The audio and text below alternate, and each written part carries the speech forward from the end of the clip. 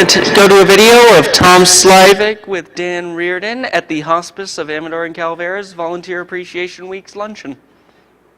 Well, hello everyone. I'm with Dan Riordon. How you doing, Dan? Doing very well, thank you. It's a great day. We've got a great event going on. This is the appreciation dinner for the volunteers for Hospice of Amador in Calaveras. It is. This is the opportunity for us to celebrate their participation with us, and it's a great day. Yeah, very nice. Yeah. Okay. And right now, some people are getting awards, and you know, the other day you told me that you have how many? 170 volunteers? We actually, I went back and recounted. We've got just over 200 volunteers, and probably about 150 here today that are able to join us. Yeah. You must have the most volunteers of anyone in the county, I would think.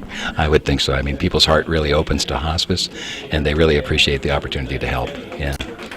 Give us an idea of what some of the volunteers do. They probably have different duties, so you might want to get into several categories if you want. Yeah, there are. There's a lot of different ways that people can volunteer for hospice. One of the ways is through something called family support volunteerism, and that's the opportunity where people are actually in the homes of the patient, allowing the caretakers to get that much-needed respite that they need from time to time. So there's like 40 volunteers who do that. And Dan, when you're talking about that, let me back you up for a minute. When you say to give the workers a rest, you're talking about the family members that are basically taking care of their person who's passing on? That's exactly right. So what happens is, if you've ever been in that situation, caring for someone who's nearing death can really be difficult, right? So day after day, week after week, month after month. So it's important for those folks to get some respite, to be able to leave their home, go get their hair done, go shopping, go to the park, do that kind of thing. So that's what these folks enable them to do. Okay, so that volunteer comes in for about how much time that day? Yeah. How much of a break does someone get? Right. So we train these folks, and then they come in about 4 hours a week to provide 4 hours of respite each week. Yeah. And not everybody wants that to take advantage of that opportunity, but a lot of people do. Okay. Now that's one of the volunteer categories. Is there another one? There are several more. So the largest number of volunteers we have are in our 2 thrift stores. In Angels Camp, we have about 40 volunteers, and in Jackson, we have about 100 volunteers at the thrift stores, which is like the most positive fundraising event we have every day of the year, right? Where the community donates and purchases items, and all of that money gets put back into direct patient care. So that's a fabulous way that people can volunteer, and boy, do we need them. Okay. Now, I'm curious, is there any way, if people take stuff to the Jackson one, does it get sold in Jackson? You split some of it up and say, we got a lot of this here, we'll move it around? We try not to have to move product very often because it's expensive to do that. We have trucks where we pick up things from folks' home, and we have a truck in Jackson and a truck in Angels Camp. For the most part, the Angels Camp supports Calaveras County, and the Jackson store supports Amador County. Now, when did that move take place? About 2-3 years ago? Maybe longer, where you combined both the counties.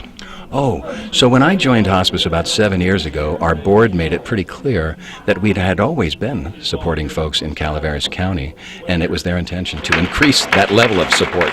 And so we made the decision to go ahead and just rename the agency to include Calaveras, since we've been supporting folks in Calaveras all that time anyway. So that's been about 6.5 years now, I think. Okay, well, I think it's probably a great thing, because even if they had something going over, there's a lot of duplication of effort.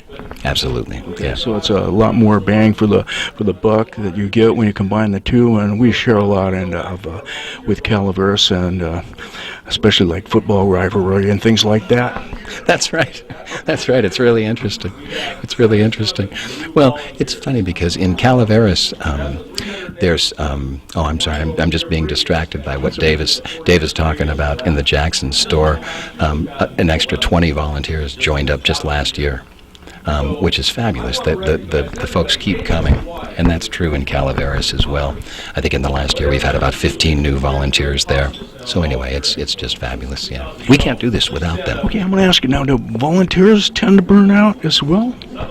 And the ones that may be doing respite care, is that a real love that they have? You know, that family support volunteer oftentimes does take a break. After you may have been with a patient or two back to back, sometimes emotionally it does take a toll. And so sometimes they'll say, you know what, take me off the list for 6 months. I'm going to go rejuvenate myself, and then they come back on. They probably get as close, very close to who they're a patient and that, right? They really do. That's how I started as a hospice volunteer about 9 years ago. Yeah. So, yeah. Well, this is a great thing. We have a lot of clapping and cheering as people get awards, and what else? Just honored. Yeah, I mean, walking into a thing like this today is just fabulous. They just announced one of our store assistant managers. It's her birthday today. So I wonder if they're going to sing as if on cue. Well, there we go. Maybe we'll get a little of that. Hospice is a big family. That's it.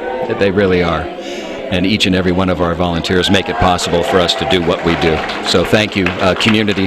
And if you're interested in becoming a volunteer, I should say, please call Ann Method at our office. Ann is our volunteer coordinator for years and years, does beautiful work. Ann can be reached at 223-5500. Is that a good number for both places? Absolutely. It's a good number for all of it, yeah. Okay. And then she can... And we see Ann Method up there, and who's the other gentleman on stage? That's Dave Carlton, who's the manager of the Jackson Thrift Store. Okay. Once again, Tom Slivick here talking with Dan Riordon, and as you can see, a lot of hospice volunteers down here for their lunch. A lunch today, and a lot of opportunity to honor people.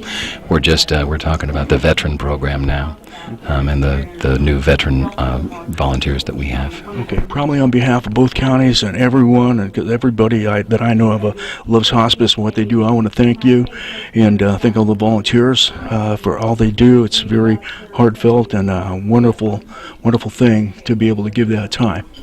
Thanks a lot for coming out and taking the time. It's good to see you guys. Our pleasure. Thank you very much. Back to you in the studio. You're watching Amador County's local television network, TSPN.